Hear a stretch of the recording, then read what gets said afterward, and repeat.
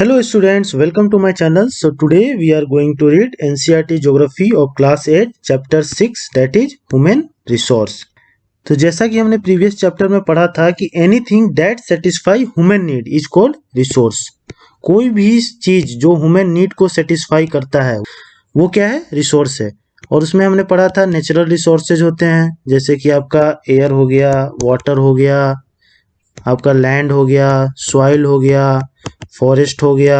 ये सब क्या है, नेचुरल रिसोर्सेज है जिसको ह्यूमन ने नहीं बनाया है। एयर हम ब्रेथ करते हैं, वाटर हम ड्रिंक करते हैं, लैंड पे हम रहते हैं, सॉइल पे हम एग्रीकल्चर करते हैं, फॉरेस्ट से हमें काफ़ी चीज़ें मिलती हैं। तो ये सब हमारे नीड को सेटिस्फाई करती है। That's why all this are known as resource. और ये क्या है, नेचुरल रिसोर्स है, क्योंकि ये नेचर ने हमें दिया है, ना कि ह्यूमन ने इसे बनाया है। कुछ ऐसे रिसोर्स होते हैं जो ह्यूमन मेड होते हैं, जिसने ह्यूमन ने बनाया है। कैसे बनाया है, तो नेचुरल रिसोर्सेज का यूज करके टाइम एंड टेक्नोलॉजी से जो रिसोर्स बनाया गया है उसे हम ह्यूमन रिसोर्स कहते हैं। जैसे कि आपका ट्रेन हो गया, आपका एरोप्लेन हो गया, आपका कंप्यूटर जो आप यूज करते हैं, एयर कंडीशन, कार, मोटरसाइकिल, ये सब क्या है, ये आपके ह्यूमन नीड्स को सेटिस्फाई करते हैं। तो ये ह्यूमन मेड रिसोर्सेज हैं। तो हम इसमें क्या देख रहे हैं कि जो नेचुरल रिसोर्सेज है उसका यूज करके ह्यूमन ने जो है अपने ईज के अनुसार काफी सारी चीजें बनाई हैं, उसे हम ह्यूमन मेड रिसोर्स कहते हैं। तो ह्यूमन जिसने ये रिसोर्स बनाया, ह्यूमन मेड रिसोर्स, तो ह्यूमन भी एक तो रिसोर्स है ना। अगर ह्यूमन नहीं रहते, अगर वो अपना ब्रेन नहीं यूज करते, तो आज जो हम सारी चीजें देख रहे हैं अपने चारों तरफ, ये चीजें क्या होता, नहीं होती। तो इसलिए जो ह्यूमन है वो क्या है, एक अल्टीमेट रिसोर्स है। जैसा कि आप देखते हैं कि अमेरिका, जापान, रसिया, जो ये सब जो डेवलप कंट्रीज हैं, वहाँ पे क्या है, कैसे वो डेवलप हुए, तो वो डेवलप इसलिए हुए कि वहाँ का जो ह्यूमन रिसोर्स है वो अल्टीमेट है। वो ह्यूमन रिसोर्स ही है जो उनको डेवलप्ड कंट्री बनाया है। इसीलिए जो गवर्नमेंट है आज क्या करती है, अपने ह्यूमन रिसोर्स पे ध्यान देती है। कोई भी गवर्नमेंट हो वो पहले अपने ह्यूमन रिसोर्स पे ध्यान देती है। तो ह्यूमन रिसोर्स अच्छा कब होगा, जब आपका न्यूट्रियस फूड आपको मिलेगा, उसके बाद आपको अच्छा एजुकेशन मिलेगा, आपको अच्छी जॉब अपॉर्चुनिटीज मिलेंगी, इन्वेंशन और जो स्टार्टअप्स होता है उसको गवर्नमेंट सपोर्ट करेगी। तो ये सब से क्या होता है, एक ह्यूमन रिसोर्स बनता है जो किसी भी नेशन को क्या करता है, एक डेवलप्ड नेशन बनाता है। इसीलिए गवर्नमेंट ऑफ इंडिया में भी एक ministry of human and resource development जो था, एक मिनिस्ट्री था, इसको MHRD कहते थे, ministry of human resource development. और ये 1985 में क्रिएट किया गया था, लेकिन अभी इसका नाम चेंज हो गया है, अभी ये एजुकेशन जो है मिनिस्ट्री हो गया है। तो आप सोचिए कि ये मिनिस्ट्री जो है क्यों लाया गया होगा उस समय, कि उस समय भी जो गवर्नमेंट होगी उसको ये लगा होगा कि नहीं, जो हमारा जो ह्यूमन रिसोर्स है इसे हमें जो है अल्टीमेट बनाना है, इसे डेवलप्ड बनाना है। तो इसलिए ह्यूमन रिसोर्स डेवलपमेंट लाया गया, जिसमें आपका फूड पे ध्यान दिया गया, एजुकेशन पे ध्यान दिया गया, जॉब अपॉर्चुनिटीज जो है क्रिएट किया गया। तो ये सब चीजें गवर्नमेंट ऑफ इंडिया ने क्यों किया, क्योंकि ह्यूमन रिसोर्स जो है वो क्या हो, डेवलप हो हमारा। तो आप समझ गए कि ह्यूमन रिसोर्स जो है वो कितना जो है इम्पोर्टेंट रिसोर्स है। तो हम देखते हैं अब distribution of population. The way in which people are spread across the earth surface is known as the pattern of population distribution. जैसे लोग जहाँ रहते हैं, अलग अलग जगहों पे जो लोग स्प्रेडेड हैं, इसे ही हम पैटर्न बोलते हैं पॉपुलेशन डिस्ट्रीब्यूशन का। तो पॉपुलेशन डिस्ट्रीब्यूशन में किन किन चीजों का मेन रोल है, तो उसमें आपका है, एक है टोपोग्राफी। टोपोग्राफी वहाँ का कैसा है, वहाँ का क्लाइमेट कैसा है उस एरिया का, वहाँ पे प्लेन लैंड कैसा है, वहाँ पे अवेबिलिटी ऑफ वाटर कैसी है। ठीक, आपका क्लाइमेट जो है हार्श है कि नहीं वहाँ पे। टोपोग्राफी का मतलब माउंटेनियस एरियाज है, प्लेटूज हैं, प्लेन लैंड है, अवेबिलिटी ऑफ वाटर कैसी है, इंडस्ट्रीज वहाँ पे हैं कि नहीं है। क्यों, क्योंकि ये जॉब अपॉर्चुनिटी प्रोवाइड करेगी। अगर ये सब चीजें जो है फेवरेबल है किसी भी जगह पे, तो वहाँ की पॉपुलेशन क्या होगी, डेंस पॉपुलेशन होगी, क्योंकि लोग जो है वहाँ पे रहना पसंद करेंगे, क्योंकि वहाँ पे उनको प्लेन लैंड है, फर्टाइल लैंड उनको एग्रीकल्चर के लिए मिल रहा है, आपका वाटर की अवेलेबिलिटी है, क्लाइमेट जो है मॉडरेट है, टोपोग्राफी जो है प्लेन एरिया है, इंडस्ट्रीज हैं कि वहाँ पे उनको जॉब अपॉर्चुनिटी मिलती है, तो ये सब जो है फेवरेबल कंडीशन है वहाँ, तो लोग वहाँ पे क्या होगा, डेंसली पॉपुलेटेड होगा। और उस एरिया में जहाँ पे आपका क्लाइमेट हार्श है, मतलब ज़्यादा हॉट है, ज़्यादा कोल्ड है, जो एरिया है वो प्लेन नहीं है, माउंटेनियस एरियाज है, वह पानी की अवेलेबिलिटी जो है कम है, इंडस्ट्रीज कम है वहाँ पे, और लैंड अगर फर्टाइल नहीं है तो लोग वहाँ पे क्या होगा, कम रहेंगे, वो क्या होगा, लेस पॉपुलेटेड एरिया होगा।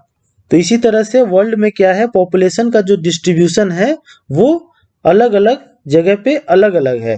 जैसे कि very few people live in high altitude area, high altitude area में क्या होता है, बहुत कम लोग रहते हैं। ट्रॉपिकल डेजर्ट में कम लोग रहेंगे क्योंकि यहाँ का क्लाइमेट बहुत हार्श होता है। हाई माउंटेनियस एरियाज में भी कम लोग रहेंगे। इक्वेटोरियल जो फॉरेस्ट एरियाज हैं वहाँ भी कम लोग रहते हैं। Almost 3/4 of the world people live in 2 continent, Asia and Africa. लगभग 3/4 जो पॉपुलेशन है ना, उसका 3/4 लोग जो कहाँ पे रहते हैं, एशिया और अफ्रीका में रहते हैं। अब एशिया अफ्रीका में क्यों रहते हैं, क्योंकि यहाँ पे देखिए काफ़ी सारे रिवर्स हैं, एरियाज जो है यहाँ पे काफ़ी प्लेन है, फर्टाइल लैंड्स हैं, और यहाँ पे रिवर्स ज़्यादा हैं तो वाटर की अवेलेबिलिटी बहुत अच्छी है। बहुत सारे यहाँ पे मिनरल्स मिलते हैं जिसके कारण काफ़ी सारी इंडस्ट्रीज हैं, फर्टाइल लैंड है।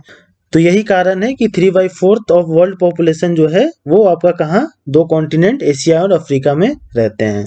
अच्छा, अब हम देख लेते हैं density of population. Density of population क्या होता है, तो डेंसिटी ऑफ पॉपुलेशन होता है कि 1 किलोमीटर स्क्वायर में, मान लीजिए कि ये स्क्वायर है, ये 1 किलोमीटर है और ये 1 किलोमीटर है, तो इस स्क्वायर में जितने पर्सन्स रहते हैं उसे हम क्या कहते हैं, डेंसिटी ऑफ पॉपुलेशन कहते हैं। तो population density is the number of people living in a unit area of the earth surface. Unit area मतलब पर स्क्वायर किलोमीटर एरिया में जितने लोग रहते हैं वही डेंसिटी होता है। तो वर्ल्ड का जो पॉपुलेशन डेंसिटी है वो कितना है, 45 पर्सन पर स्क्वायर किलोमीटर। अगर पूरे वर्ल्ड का पॉपुलेशन को हम देखते हैं तो उसमें हर एक पर स्क्वायर किलोमीटर एरिया में 45 पर्सन रहते हैं। लेकिन अगर आप इंडिया का देख लीजिए 2011 के सेंसेक्स में जो है ये 382 पर स्क्वायर किलोमीटर जो है लोग यहाँ पे रहते हैं, मतलब एक पर स्क्वायर किलोमीटर में 382 लोग रहते हैं। और आपका जो बिहार है उसमें लगभग 1106 जो है पर्सन्स पर स्क्वायर किलोमीटर में रहते हैं। तो बिहार का जो है सबसे ज़्यादा डेंसिटी है। बिहार के बाद आपका वेस्ट बंगाल में भी लगभग 1000 लोग के आसपास जो है वहाँ पे पर स्क्वायर किलोमीटर रहते हैं। तो इसी को हम पॉपुलेशन डेंसिटी कहते हैं, मतलब पीपुल लिविंग इन द पर स्क्वायर किलोमीटर एरिया।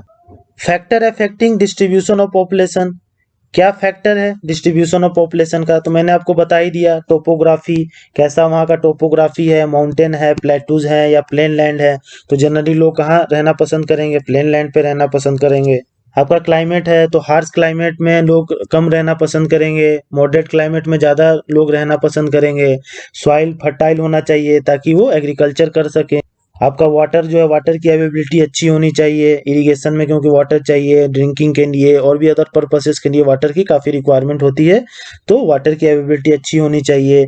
आपका मिनरल्स उधर होना चाहिए। मिनरल्स से क्या होगा, मिनरल्स अगर वहाँ से एक्सट्रैक्ट होता है तो फैक्ट्रीज वहाँ पे लगेंगी, और फैक्ट्री लगेंगी तो लोगों को रोजगार मिलेगा, और रोजगार मिलेगा तो लोग वहाँ पे रहना पसंद करेंगे। कुछ अलग फैक्टर्स हैं जैसे कि सोशल, कल्चरल और इकोनॉमिक फैक्टर हैं। तो सोशल फैक्टर में क्या है आपका, कि एरियाज ऑफ बेटर हाउसिंग, जहाँ पे अच्छा हाउसिंग है, एजुकेशन अच्छा मिल रहा है, हेल्थ फैसिलिटीज अच्छी है, तो वहाँ डेंसली पॉपुलेटेड होगा। आप जैसे मुंबई ले लीजिए, दिल्ली एरिया ले लीजिए, ये सब क्या है, डेंसली पॉपुलेटेड है। क्यों डेंसली पॉपुलेटेड है, क्योंकि वहाँ पे बेटर हाउसिंग है, एजुकेशन फैसिलिटीज अच्छे हैं, काफ़ी अच्छे अच्छे इंस्टीट्यूट्स हैं, आपका हेल्थ फैसिलिटीज अच्छी है, जैसे कि एम्स हो गया, और बड़े और बहुत ही अच्छे अच्छे प्राइवेट हॉस्पिटल्स हैं। तो ये सब जगह क्या है, डेंसली पॉपुलेटेड है। आपका कल्चरल में ले लीजिए तो कुछ प्लेसेज ऐसे हैं जो रिलीजियस और कल्चरल सिग्निफिकेंस के हैं, जैसे कि आपका वाराणसी हो गया, जेरूसलम हो गया, वेटिकन सिटी, ये जो है सब एग्जांपल्स है जो रिलीजियस और कल्चरल सिग्निफिकेंस से लोगों को अट्रैक्ट करते हैं। तो इकोनॉमिक में देख लेते हैं। तो इकोनॉमिक में क्या होगा कि जहाँ इंडस्ट्रीज होगा वो क्या होगा, एम्प्लॉयमेंट प्रोवाइड करेगी, तो लोग वहाँ पे रहना ज़्यादा पसंद करेंगे। जैसे मुंबई हो गया इंडिया में, वहाँ काफ़ी वो जो है डेंसली पॉपुलेटेड, बिकॉज वहाँ पे काफ़ी जॉब अपॉर्चुनिटीज हैं। दिल्ली में भी काफ़ी जॉब अपॉर्चुनिटीज हैं, तो वहाँ भी लोग रहना पसंद करते हैं, तो वो भी क्या है आपका डेंसली पॉपुलेटेड है। तो हम देख लेते हैं पॉपुलेशन चेंज हम किसे कहते हैं। तो पॉपुलेशन चेंज किसे कहते हैं, जो change in number of people होता है ना स्पेसिफिक टाइम में, उसे हम कहते हैं पॉपुलेशन चेंज। जैसे कि एग्जांपल से मैं बता रहा हूँ कि मान लीजिए कि 2011 सेंसेक्स में इंडिया की पॉपुलेशन 120 करोड़ थी, ठीक, एंड 2020 में इंडिया की पॉपुलेशन 136 करोड़ हो गई। तो कितना ज्यादा हो गया, तो ये लगभग 16 करोड़ ज्यादा हो गया। तो ये क्या हुआ आपका 2011 से लेके 2020 के बीच में 16 करोड़ जो है पॉपुलेशन बढ़ गया। तो ये क्या हुआ, पॉपुलेशन चेंज हुआ। तो इसी को हम पॉपुलेशन चेंज कहते हैं। तो population change refers to change in the number of people during a specific time. एक टाइम में जो चेंज होता है नंबर ऑफ पीपल का, उसे हम पॉपुलेशन चेंज कहते हैं। For an extremely long period of human history until the 1800 the world population grew steadily but slowly. 1800 तक क्या हुआ कि पॉपुलेशन तो ग्रो हुआ लेकिन बहुत स्लो ग्रो हुआ। क्यों स्लो ग्रो हुआ, क्योंकि उस समय बेबीज तो काफी बॉर्न हो रहे थे, लेकिन वो जो है उनका डेथ भी हो जा रहा था। क्यों डेथ हो जा रहा था, क्योंकि प्रॉपर जो है हेल्थ फैसिलिटीज नहीं थी। Sufficient food was not available, sufficient food available नहीं था उस समय, क्योंकि उस समय इरिगेशन फैसिलिटीज ज्यादा नहीं थी। लोग जो है आपका रेन पे डिपेंड रहते थे, और आपका उस समय ब्रिटिशर्स भी थे तो काफी लगान ले लेते थे। तो बहुत ही कम फूड ग्रेन जो है आपका फार्मर्स के पास बच जाता था। और उसके बाद फार्मर्स जो है ज्यादा प्रोड्यूस नहीं कर पाते थे, क्योंकि उस समय काफी टेक्नोलॉजी नहीं थी। जो अभी हम हाई यील्ड सीड्स जो है यूज करते हैं, पेस्टिसाइड यूज करते हैं, जो है आपका इरिगेशन फैसिलिटीज जो है वो अच्छी हो गई है, जिससे हमारा प्रोडक्शन अभी क्या है ज्यादा होने लगा है। तो उस समय फार्मर्स के पास ये सब सारी चीजें नहीं थी, तो कम प्रोड्यूस भी होता था। तो ये सब कारण थे कि आपका पॉपुलेशन जो है बढ़ तो रहा था लेकिन बहुत ही स्लो पेस में बढ़ रहा था।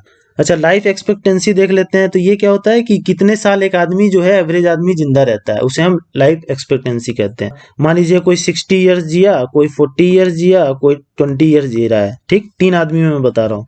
तो ये 120 हो गया, तो इसको 3 से डिवाइड कर दीजिए। तो लाइफ एक्सपेक्टेंसी कितनी हो जाएगी तीनों अगर पूछा जाए तो 40 ईयर, मतलब लगभग एक आदमी 40 ईयर्स जो है वो जी रहा है। तो लाइफ एक्सपेक्टेंसी जो है ये ऐसे कैलकुलेट होता है। 1820 में जो वर्ल्ड का पॉपुलेशन था वो 1 बिलियन था, लेकिन जो है 1970 आते आते ये 3 बिलियन हो गया, ठीक, और 99 में ये क्या हो गया 6 बिलियन हो गया। तो ऐसा क्यों हुआ होगा, क्योंकि मेडिकल साइंस ने जो है काफी डेवलपमेंट किया।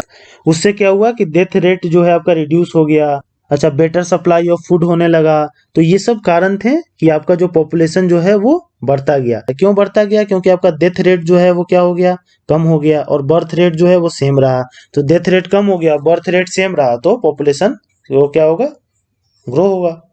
तो इसलिए जो पॉपुलेशन जो है 99 आते आते 6 बिलियन हो गया।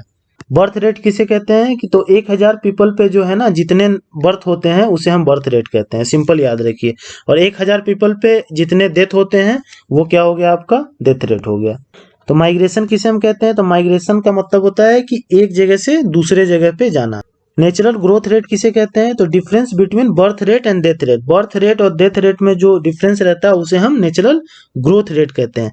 मान लीजिए कि 1000 बर्थ हुआ, ठीक, और 900 डेथ हुआ, तो कितना आपका नेचुरल ग्रोथ रेट कितना हो गया, तो नेचुरल ग्रोथ रेट आपका क्या हो गया, birth rate minus death rate, तो 100 हो गया। तो population increase in the world is mainly due to rapid increase in natural growth rate. अब वर्ल्ड का पॉपुलेशन क्यों बढ़ रहा है, क्योंकि नेचुरल ग्रोथ रेट जो है वो आपका इंक्रीज हो रहा है। इट मीन्स कि आपका जो डेथ रेट है वो कम हो रहा है और आपका बर्थ रेट जो है वो ज्यादा है, तभी तो इनका जो डिफरेंस आएगा वो क्या होगा, ज्यादा आएगा। तो इसलिए आपका जो पॉपुलेशन है वर्ल्ड का वो इंक्रीज हो रहा है। माइग्रेशन दो तरह के होते हैं, एक होता है इमिग्रेशन और दूसरा होता है इमिग्रेशन। एक में होता है आई, एक में होता है ई। तो ये होता है इमिग्रेशन का होता है इन माइग्रेशन। देखिए इमिग्रेशन को समझिए आप, इन माइग्रेशन, इन मतलब इन होना, मतलब आपके कंट्री में कहीं से कोई आता है। मान लीजिए कि ऑस्ट्रेलिया है और ये इंडिया है, ठीक, तो ऑस्ट्रेलिया से अगर इंडिया में कोई आता है, ठीक, तो इंडिया के लिए क्या हो जाएगा, इमिग्रेंट हो जाएगा। कौन सा इमिग्रेंट, ये हो जाएगा। तो इंडिया के लिए क्या हो जाएगा, इन माइग्रेशन हो जाएगा। और ऑस्ट्रेलिया के लिए क्या हो जाएगा, तो ऑस्ट्रेलिया के लिए क्या हो जाएगा, ऑस्ट्रेलिया से ये निकला तो ऑस्ट्रेलिया के लिए ये आउट माइग्रेशन हो जाएगा। उसी तरह इंडिया से अगर कोई ऑस्ट्रेलिया जाएगा, इंडिया से कोई अगर ऑस्ट्रेलिया जा रहा है तो इंडिया के लिए वो क्या हो गया, इमिग्रेंट हो गया, मतलब आउट माइग्रेशन हो गया इंडिया के लिए, और ऑस्ट्रेलिया के लिए क्या हो गया, वो इन माइग्रेशन हो गया। तो सिंपल लैंग्वेज में समझ लीजिए कि जहां लोग आते हैं वहां वो इन माइग्रेशन है, अगर और उस जगह से अगर लोग जाते हैं तो वो क्या हो गया, आपका आउट माइग्रेशन हो गया। अच्छा, जो जनरल ट्रेंड है इंटरनेशनल माइग्रेशन का वो कैसे है, तो कैसे होगा, लोग डेवलप कंट्री से डेवलपिंग में जाएंगे या डेवलपिंग वाले डेवलप में आएंगे। तो बट नेचुरल है कि आपका डेवलपिंग वाले हैं वो कहाँ जाएंगे, डेवलप की तरफ जाएंगे। तो क्यों जाएंगे वहां पे, क्योंकि वहां पे इनको अच्छी जॉब अपॉर्चुनिटीज मिलेंगी, बेटर एम्प्लॉयमेंट वहां पे उनको मिलेगा। तो इसलिए जनरली जो माइग्रेशन है वो कहाँ से कहाँ होता है, डेवलपिंग कंट्री से डेवलप्ड में होता है, ना कि डेवलप्ड से डेवलपिंग कंट्रीज में होता है। तो ये एक जनरल ट्रेंड है माइग्रेशन का। अच्छा, तो हम देखते हैं population composition. How crowded a country is has little to do with the level of economic development. अच्छा, ज़्यादा क्राउडेड कंट्री है मतलब ज़्यादा पॉपुलेशन है, तो ये जरूरी नहीं है कि वहाँ का जो है इकोनॉमिक डेवलपमेंट जो होगा वो ज़्यादा होगा।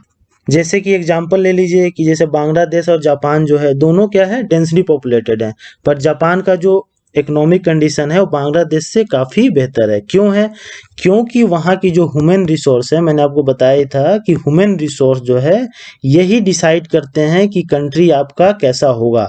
आपका कंट्री डेवलप्ड है, इट मीन्स कि आप अपने ह्यूमन रिसोर्स पे अच्छे से ध्यान दे रहे हैं, उनको जो है न्यूट्रिशियस फूड दे रहे हैं, उनको अच्छा एजुकेशन दे रहे हैं, उनको जॉब अपॉर्चुनिटीज दे रहे हैं, उनके जो स्टार्टअप्स हैं, उनके इन्वेंशंस हैं, उनको आप सपोर्ट कर रहे हैं, तो क्या होगा, आपका जो कंट्री है वो काफ़ी डेवलप होगा। तो इसका पॉपुलेशन से कोई लेना देना नहीं है, ये टोटली आपके ह्यूमन रिसोर्स पे है कि वो कितने अल्टीमेट हैं। अगर वो अल्टीमेट हैं तो आपका कंट्री जो है क्या होगा, वो डेवलप होगा। तो the composition of population help us to know how many are males. तो कॉम्पोजिशन हमें क्या बताता है कि कितने मेल हैं वहाँ पे पॉपुलेशन में, कितने फीमेल्स हैं। उसके बाद एज ग्रुप, अलग अलग एज ग्रुप में कितने लोग वहाँ पे रहते हैं, कितने लोग वहाँ के एजुकेटेड हैं, कैसा लोग वहाँ के ऑक्यूपेशन करते हैं, ये सब बताता है आपका जो है पॉपुलेशन कॉम्पोजिशन। तो जो हमारा सेंसस होता है उसमें क्या होता है, यही चीजें काउंट होती है कि हमारा टोटल पॉपुलेशन कितना है, उसमें मेल और फीमेल कितने कितने हैं, कितने एज ग्रुप के कितने लोग हैं, कितने एडुकेटेड लोग हैं, इलिटरेट लोग कितने हैं, क्या ऑक्यूपेशन करते हैं। तो ये सारी चीजें जो है सेंसस में जो है होता है, जो हमारे कंट्री में 10 साल पे एक बार होता है। तो पिछला सेंसस 2011 में हुआ था, और अभी जो अगला सेंसस है 2021 में होने वाला है, मतलब ऑलरेडी हो रहा है, अभी इसका रिपोर्ट नहीं आया है। An interesting way of studying the population composition of a country is by looking at the population pyramid. किसी भी कंट्री का composition अगर पढ़ना है हमें population का, तो हम उसके population pyramid को देख के हम पता लगा सकते हैं। जो population pyramid है इसे हम age sex pyramid भी कहते हैं। अब मैं आपको बताता हूँ population pyramid क्या होता है। तो पॉपुलेशन पिरामिड क्या दिखाता है, तो पॉपुलेशन पिरामिड जो है आपका जो पॉपुलेशन है डिफरेंट एज ग्रुप्स में, उसको ये दिखाता है अलग अलग। जैसे कि 5 to 9 ईयर्स में कितने लोग हैं, 10 to 14 ईयर्स में कितने हैं, 14 to 18 में कितने हैं। इस तरह से आपको अलग अलग जो वेरियस एज ग्रुप्स हैं उसमें कितने कितने लोग हैं वो दिखाता है। उसके बाद क्या है आपका परसेंटेज ऑफ टोटल पॉपुलेशन सब divided into mails and females, कितना परसेंट उसमें मेल्स हैं, कितने परसेंट उसमें फीमेल्स हैं, ये दिखाता है आपका।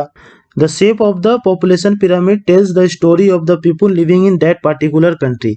जो शेप है पॉपुलेशन पिरामिड का वो हमें बताता है कि उस कंट्री में किस तरह के लोग रहते हैं। The number of children below 15 are shown at the bottom and reflect the level of birth. ये जो 15 ईयर से नीचे के जो चिल्ड्रेन हैं उसे बॉटम पे दिखाया जाता है। इससे हमें पता लगता है कि उस कंट्री में जो है बर्थ कितना है। और जो एज्ड पीपुल हैं एबव 65 ईयर्स वो कहाँ दिखाया जाता है, अप दिखाया जाता है, ऊपर की ओर। और ये दिखाता है कि कितना जो है वहाँ का डेथ रेट है। और ये भी दिखाता है कि कितने लोग जो हैं वो डिपेंडेंट हैं। डिपेंडेंट का मतलब कि ये इकोनॉमिकली एक्टिव नहीं है। जैसे 15 साल से नीचे के बच्चे जितने भी हैं वो क्या है, इकोनॉमिकली एक्टिव नहीं है, वो पैसा नहीं कमाते हैं। उसी तरह से जो 65 ईयर्स से एबव वाले एज के जो लोग हैं वो क्या हैं, वो एडर्ली डिपेंडेंट्स हैं। तो ये दो तरह के डिपेंडेंट्स होते हैं, एक young dependents age below 15 years और elderly dependents age over 65 years. और ये क्या है, इकोनॉमिकली एक्टिव जो हैं वो नहीं है। तो 15 से लेके आपका 65 ईयर्स के बीच में जो भी लोग हैं ये इकोनॉमिकली एक्टिव हैं। तो ये हमें पॉपुलेशन पिरामिड दिखाता है। तो अभी हम देखते हैं ये केनिया का जो है पॉपुलेशन पिरामिड है, इससे हमें क्या पता चलता है। तो इससे हमें ये पता चल रहा है कि इसका जो बेस है वो क्या है, ब्रॉड है। ब्रॉड बेस है, इसका मतलब क्या है कि जो बर्थ वहां हो रहा है वो ज्यादा हो रहा है, और इसका जो मिडिल पार्ट है वो क्या होता है, नैरो होता जा रहा है। इट मीन्स कि बर्थ तो हो रहा है पर वो जो है सरवाइव नहीं कर पा रहे हैं। तो हम इस पिरामिड से क्या देख पा रहे हैं कि केनिया के पॉपुलेशन में बर्थ बहुत हो रहा है पर वो सरवाइव नहीं कर पा रहे हैं, इसलिए डेथ ज़्यादा हो रहा है, इसलिए ये जो बीच का है ये नैरो होता जा रहा है। और वहाँ की जो लाइफ एक्सपेक्टेंसी है वो लगभग 65 साल के आसपास है, 65 से 69। यहाँ जाते जाते सारे लोग जो हैं वो क्या हो रहा है, मर जा रहे हैं। तो ये आपको पॉपुलेशन पिरामिड जो है केनिया का दिखा रहा है। जापान का जो देखिए पॉपुलेशन पिरामिड है, अब इसमें क्या हो रहा है कि बेस जो है इसका क्या है, थोड़ा सा नैरो है। बेस इसका नैरो होता जा रहा है ना, इट मीन्स कि वहां पे बर्थ जो है वो कम हो रहा है। लेकिन जब हम अप जा रहे हैं तो क्या देख रहे हैं कि बेस जो है वो थोड़ा ब्रॉड हो रहा है। तो इसका मतलब कि जितने बर्थ हो रहे हैं वहां पे वो लगभग जो है सरवाइव कर जा रहे हैं। अब सरवाइव क्यों करेंगे, क्योंकि डेवलप्ड नेशन है, वहाँ की मेडिकल फैसिलिटी अच्छी होगी, वहाँ का खाना उनको अच्छा मिल रहा होगा। ये सब फैक्टर्स हैं कि यहाँ के लोग जो हैं वो सरवाइव कर जा रहे हैं। तो आपको ये क्लियर हो गया होगा पॉपुलेशन पिरामिड से आप कैसे जो है किसी कंट्री के पॉपुलेशन के बारे में पता लगा सकते हैं। अगर जो है ब्रॉड हो रहा है इट मीन्स कि वो चीज़ें ज़्यादा हो रही है। जैसे अगर बेस ब्रॉड है मतलब बर्थ ज़्यादा हो रहा है आपका। अगर आपका जो ये बीच का पार्ट है ये ब्रॉड है इट मीन्स कि बर्थ तो हो रहा है, साथ साथ जो है लोग वहाँ पे सरवाइव भी कर रहे हैं। और आपका जो लाइफ एक्सपेक्टेंसी है वहाँ की वो ज़्यादा है। और केनिया में आप देख लीजिए तो बर्थ ज़्यादा हो रहा है लेकिन ये क्या है, नैरो होता जा रहा है। इट मीन्स कि ये सरवाइव नहीं कर पा रहे हैं। तो इस तरह से आप जो है पॉपुलेशन पिरामिड को देख के आप उस कंट्री के पॉपुलेशन के कंपोजिशन का पता लगा सकते हैं। इसमें आपको ये भी दिख रहा है कि ये जो है आपका मेल्स हैं इतने, इतने फीमेल्स हैं। इससे क्या पता चल रहा है कि जो मेल और फीमेल का जो परसेंटेज है वो भी लगभग इक्वल है। तो इससे आप ओवरऑल पॉपुलेशन के बारे में एक रफ आइडिया लगा सकते हैं पॉपुलेशन पिरामिड से। तो होप आपको ये चैप्टर समझ में आ गया होगा। अब हम एक्सरसाइज करते हैं। तो फर्स्ट क्वेश्चन देख लेते हैं, why are people consider a resource. People को रिसोर्स क्यों कंसिडर किया गया है? It is because if human beings not utilize their brains the other resources of nature could not find any utility. जो other resources है nature के उसको हम यूज अच्छे से नहीं कर पाते अगर ह्यूमन जो है बींग्स जो है अपना ब्रेन नहीं यूज करते। What are the causes for the uneven distribution of population. क्या कॉज है अनइवन डिस्ट्रीब्यूशन का? तो आपका वेरिड क्लाइमेटिक कंडीशन है, टोपोग्राफी है, अवेबिलिटी ऑफ वाटर है, प्लेन लैंड्स कितने हैं वहाँ पे, ये सब ऑल फैक्टर्स हैं। अगर ये फेवरेबल होंगे तो वहाँ की पॉपुलेशन डेंस होगी, अगर ये अनफेवरेबल होंगे तो वहाँ की पॉपुलेशन जो है आपकी क्या होगी, लेस पॉपुलेशन होगा। The world population has grown very rapidly. क्यों बढ़ा है? क्योंकि मेडिकल साइंस में जो है काफ़ी इंप्रूवमेंट हुआ है। आपका डेथ रेट जो है उसकी वजह से डिक्लाइन हुआ है, बेटर फूड सप्लाई हुआ है। और अच्छा जब बर्थ रेट होगा और डेथ रेट डिक्लाइन होगा तो पॉपुलेशन क्या होगा, वो इंक्रीज होगा, इसलिए पॉपुलेशन रैपिडली इंक्रीज किया है। Discussion the role of any two factor influencing population change. कोई फैक्टर बताइए पॉपुलेशन चेंज के लिए। तो क्या क्या है आपका, ज्योग्राफिकल फैक्टर्स हैं, जैसे कि आपका प्लेन लैंड है तो वहाँ पे पॉपुलेशन डेंसिटी ज़्यादा होगा, आपका माउंटेन्स प्लेटूज में कम होगा, आपका मॉडरेट क्लाइमेट है तो पॉपुलेशन डेंसिटी ज़्यादा होगा। फिर इकोनॉमिक फैक्टर्स भी हैं, जैसे कि इंडस्ट्रियल एरियाज में क्या होंगे, पॉपुलेशन ज़्यादा होंगे, जॉब अपॉर्चुनिटीज़ वहाँ पे ज़्यादा है। अब फिफ्थ देख लेते हैं, what is meant by population composition. तो the structure of population with various respects like age, sex, literacy, occupation, health facility, economic condition, ये सब जो है वो क्या है, पॉपुलेशन कंपोजिशन है।